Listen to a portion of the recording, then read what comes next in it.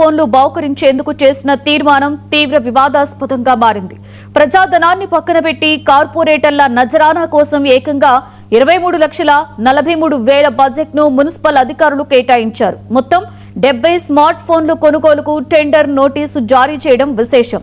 Tax కాకుండా ఒక్కో phone basic ధరను 33,474 రూపాయలుగా నిర్ధారించారు. సామ్సంగ్ గెలాక్సీ A37 సిరీస్ 5Gకి చెందిన ఈ హై ఎండ్ ఫోన్స్ తో పాటుగా screen guard, back pouch, chargers ని కూడా మున్సిపల్ నిధులతోనే కొనుగోలు చేయనున్నారు.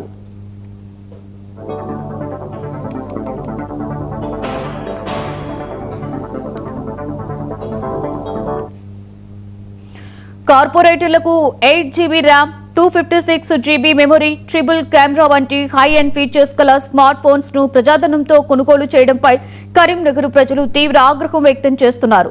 ఈ టెండర్ల దాఖలకు జూలై 7 సాయంత్రం 4 గంటల వరకు గడువు విధించినట్లుగా కరీంనగర్ మున్సిపల్ కార్పొరేషన్ అధికారులు వెల్లడించారు. నగరంలో ఎన్నో ప్రజా సమస్యలు ఉండగా నిధులను ఇలా కార్పొరేటర్ల వ్యక్తిగత అవసరాల కోసం దుర్వినియోగం చేయడంపై సర్వత్రా విమర్శలు వ్యక్తమవుతున్నాయి.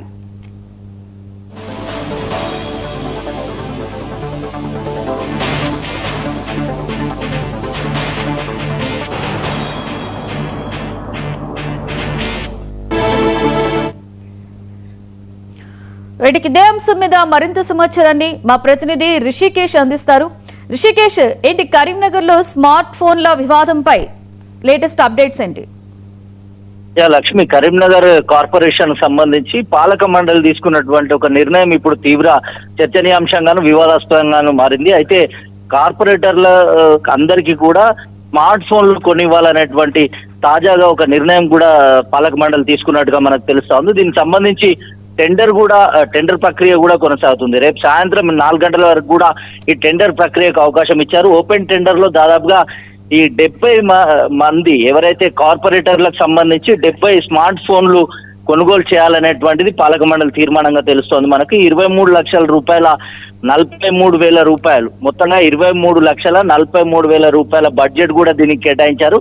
మొత్తం 70 స్మార్ట్ ఫోన్లు, ఇవన్నీ సామ్సంగ్ గెలాక్సీకి సంబంధించినటువంటి A37 5G మోడల్ మొబైల్లను కొనుగోలు చేయాలనేటువంటి పాలక మండలి నిర్ణయం. ఈ టెండర్ ప్రక్రియ ద్వారా మనకు ఈ సమాచారం అందింది. అయితే దీనికి సంబంధించి కూడా పూర్తిగా వివాదాస్పదంగా మారుతుంది. అంటే మున్సిపల్ జనరల్ ఫండ్ సంబంధించి ప్రజలకు సంబంధించినటువంటి డ్రైనేజీలు కావచ్చు, ఇతరత్ర సాధారణమైనటువంటి సమస్యల పరిష్కారం కోసం ఈ నిధులను వినియోగించాల్సి ఉంటుంది. ఏదైతే జనరల్ ఫండ్ నుంచి కూడా దాదాపుగా 24 లక్షల వరకు కూడా బడ్జెట్ కేటాయించడం, అది కార్పొరేటర్ అంటే ప్రజాప్రతినిధుల వ్యక్తిగత అవసరాల కోసం ఈ ఫోన్లు కొనడం అనేటువంటిది ఇప్పుడు వివాదాస్పదంగా మారింది. ఒక్కొక్క ఫోన్ ధర దాదాపుగా 33,474 రూపాయలుగా కోట్ చేసినట్టుగా కూడా మనకు తెలుస్తోంది లక్ష్మి.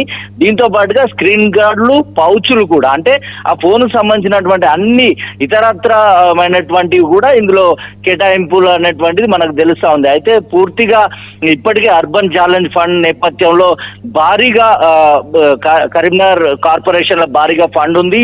దీనికి సంబంధించి కూడా డ్రైనేజీలు, అండర్ డ్రైనేజీకి సంబంధించినటువంటి నిధులు వెచ్చించాల్సి ఉంది. ఈ నేపథ్యంలోనే కార్పొరేటర్లు అందరూ కూడా, అంటే ఒకసారి మనం చూస్తే బీఆర్ఎస్, కాంగ్రెస్, అదే విధంగా బీజేపీకి సంబంధించిన కార్పొరేటర్లు ఉన్నారు. వీరందరినీ కూడా ఒకదాటిపై తీసుకొచ్చేందుకు కూడా ఈ యొక్క నిర్ణయం జరిగినట్టుగా ఉంది అనేటువంటి ఒక చర్చ కరీంనగర్ లో ఇప్పుడు కొనసాగుతా ఉంది. మొత్తంగా ఇది ఒక వివాదాస్పద నిర్ణయం. అయితే మున్సిపల్ యాక్ట్ ప్రకారంగా కూడా మున్సిపల్ నిబంధనలకు పూర్తిగా ఇది వ్యతిరేకం అనేటువంటిది కూడా అధికారులు చెప్తా ఉన్నారు. అయితే ప్రజలకు ఉపయోగించాల్సిన పన్నుల ద్వారా తీసుకుంటున్నటువంటి ఈ యొక్క బడ్జెట్ ఏదైతే ఉందో దీన్ని వ్యక్తిగత రాజకీయ నాయకుల అవసరాలకు, ఎవరైతే ప్రజాప్రతినిధులకు కేటాయించడం పైన తీవ్ర విమర్శలు అయితే వెల్లువెత్తున్నాయి.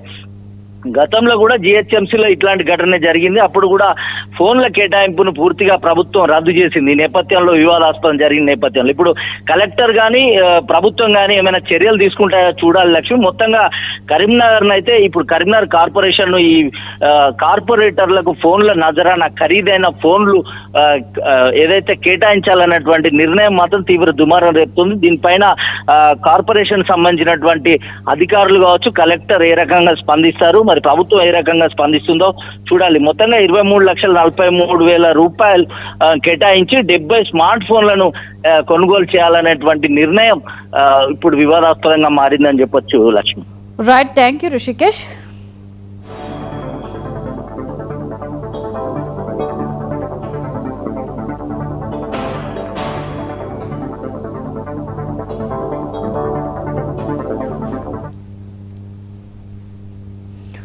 విజయవాడలో క్రూరమైన